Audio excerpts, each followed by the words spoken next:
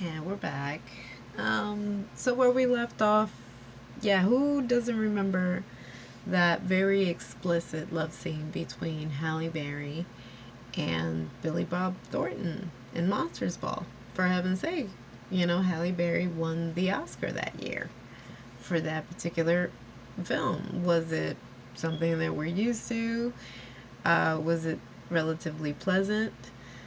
Did the both characters find solace in each other with that particular love scene? Yes. But I didn't hear anybody complaining. There wasn't anybody, making huge comments and saying you need to put an advisory or whatever the hell it may be. Again, it only brought more attention also to how something of that supposed nature, which isn't anything out of the human condition. It is just, just I don't even know how to describe it because again, it's so telling of how stories and people who look a particular way. Again, if it had been maybe two two effeminate men, which is supposedly seen as typical, perhaps wouldn't have had such a big reaction. But we're talking about two males who look very alpha, who look very heterosexual, um, and for them to be caught up in such an intimate scene, it's seen too much, too explicit. That needs an advisory. It just again telling of how certain people see things, and yes, it comes across as very homophobic. But again, to each his own. Um, but the if anything, it just brought more attention to the show. So kudos to you, even though you were coming off as like, well, P Valley already lost me or whatever. I'm sure your ridiculousness and bold statement to ward off other people from watching it actually attracted more of a crowd. So you only did the creator and showrunners of the show a favor. But yes, that's that. Those first two episodes.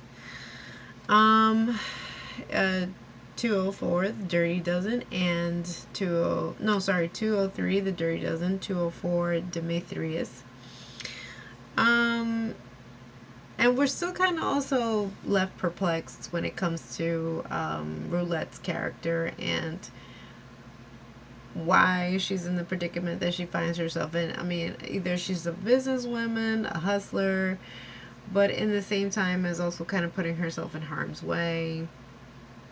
Also, again, when 203 takes off, or kicks off in the beginning sequence, you see that she's offered X amount of bills, a stack, how they call it, for her to perform oral sex. And you can see she's bothered, but she still considers it, mulls it over, and then when it's accompanied by another stack who for some reason she feels compelled to do so. But we'll see later on how that plays into her character.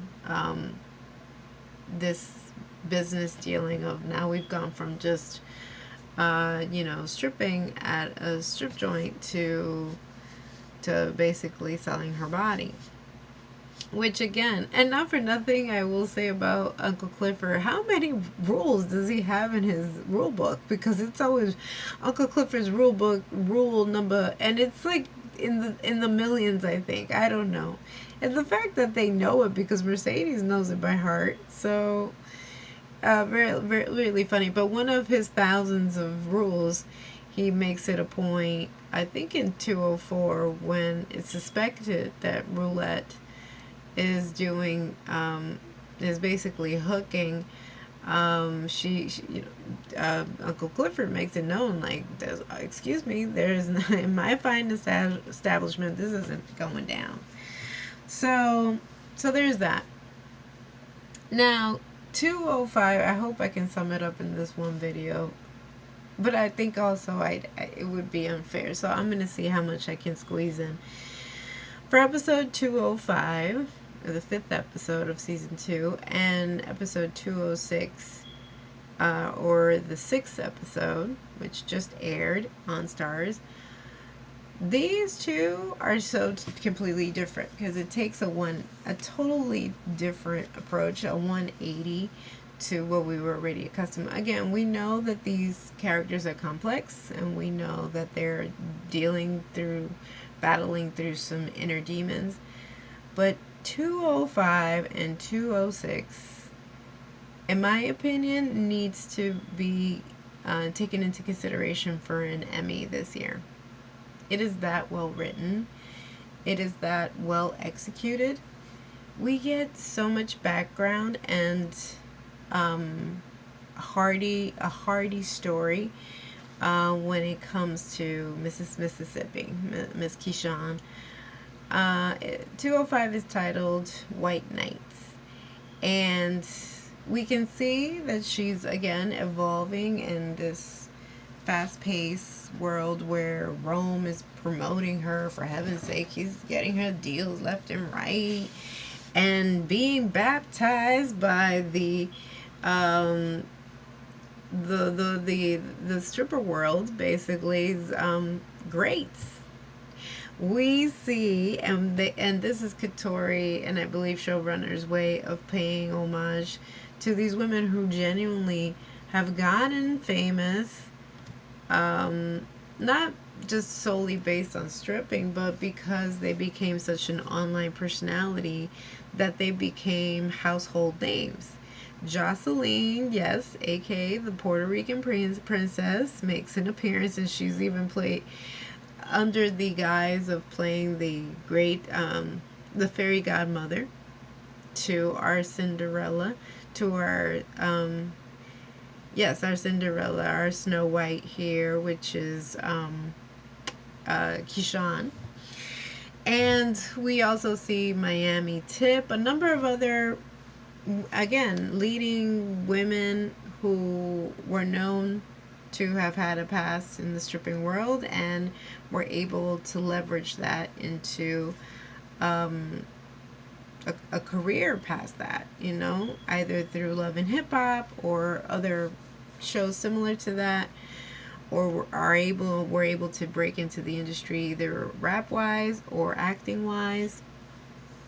And so we see them, you know, involve them, and we see that there's some big, you know, it looks like a big event and stripping event, and then we also see them there, and Jocelyn's like literally cascading down something, like looks almost like an angel with all her like money guns spraying tons of bills, something ridiculous like that. And then the guys are also noticing, like Little Murder and Teak are noticing that Little Murder is getting snubbed. Like now it's nearly every event for Keyshawn.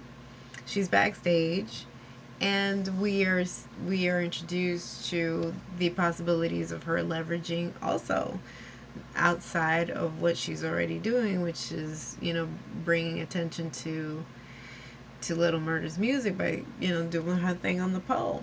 But we're also seeing, you know, merges with, you know, lace front wigs and lashes, and, you know, and again, she's just all thinking about the pot, how that's going to benefit her finances. Now, we have an instance where Rome let it to be known, like, you know, so we're going to extend this tour for another 2 weeks or something like that. And she's like, wait a minute, but I thought this was already coming to an end. I need to go home. And he's like, don't worry. I already spoke to your, you know, crazy possessive husband and or boyfriend. And I worked it all out. Now, she seemed like she was still worried about something, and we'll explain that later. But she still needed to get home. And then he spoke to her like almost like, almost in a positive sense, but also it sounded like a backhanded kind of comment, because he's like, I'm making all this money for you. You need to, be here, make this money. Very much like a pimp would talk to his prostitute. Um, so you won't have to go back. You won't have to go back to nothing. So almost giving her a reason for her to like continue to make this money, because she's going to profit so much and she won't need to ever go back to whatever living situation she has. So she succumbs, and he's already giving her a demo of the number of wigs that she might be selling or being a part of or whatever. And we get a little background on Miss Keyshawn, and she knows her wigs. She knows what's synthetic. She knows what feels cheap. She knows what feels like natural hair. She knows the differences in quality and price points. I mean, she's been doing hair since she was early teen. Now, we are under the assumption, too, based on what we get a sense of in terms of background, that she's in like her early 20s or mid 20s, this character. And so teenage years wasn't too far back ago, but she knows the difference between hairs and different wigs. So she wasn't even impressed, though. She was kind of like, they all look cheap. That's not something I would typically wear. And also, side note, I do want to make it a point that even though Rome was getting her all these side deals and getting her known and possibility of her making a lot of bank, he kept insisting on making her lighter.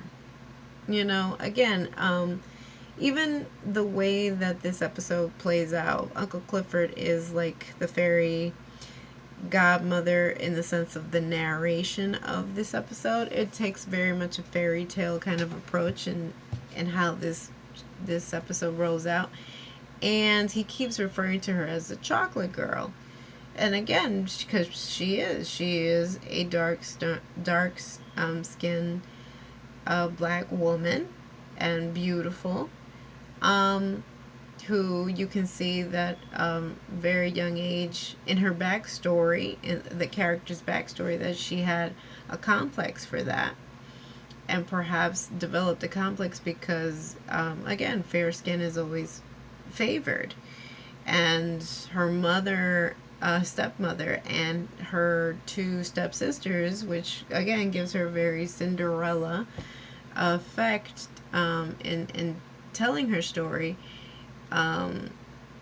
She wasn't seemed or deemed the most beautiful, because the most desired were the ones that were fair skin. So, but we see that her backstory is that she came from money. She wasn't necessarily poor. So that's why she knew of the differences out there. She knew how to dress herself very well. She was a little on the, not snooty side, but, she came from a well-to-do family. Even if she was being raised by a stepmother and her stepsisters. And the funny thing is that her stepsisters who were favored were on the stuck-up side a little bit, but going through their own personal dramas. And then their own mother, too. Not biological mother of Keyshawn. And then we find out that her stepmother, the way that she even got together with her dad, she was the side chick. I think she was maybe a flight attendant, and laid it on thick with Keyshawn's father, and so much so that he totally opted out of the marriage, but kind of dragged Keyshawn into this other marriage. And we don't even know what really happened to poor Keyshawn's mother. You just see that she's kind of left to her own devices, and she's met with a woman that doesn't necessarily care for her, is constantly criticizing her and scrutinizing her and kind of making her feel less than. Almost kind of like keeping her there as like the servant to take care of her other two kids, to fix her other two kids' hair, and who participates in beauty pageants and are the prom queens for everything. But poor Keyshawn's always thrown to the curb or to the wayside. She still tries to integrate herself in these schools and try to be a part of the cheerleading squad, but she doesn't make it. And we see how she was introduced to Gidget. Gidget was like the head mistress, or the one in charge of the grouping of cheerleaders.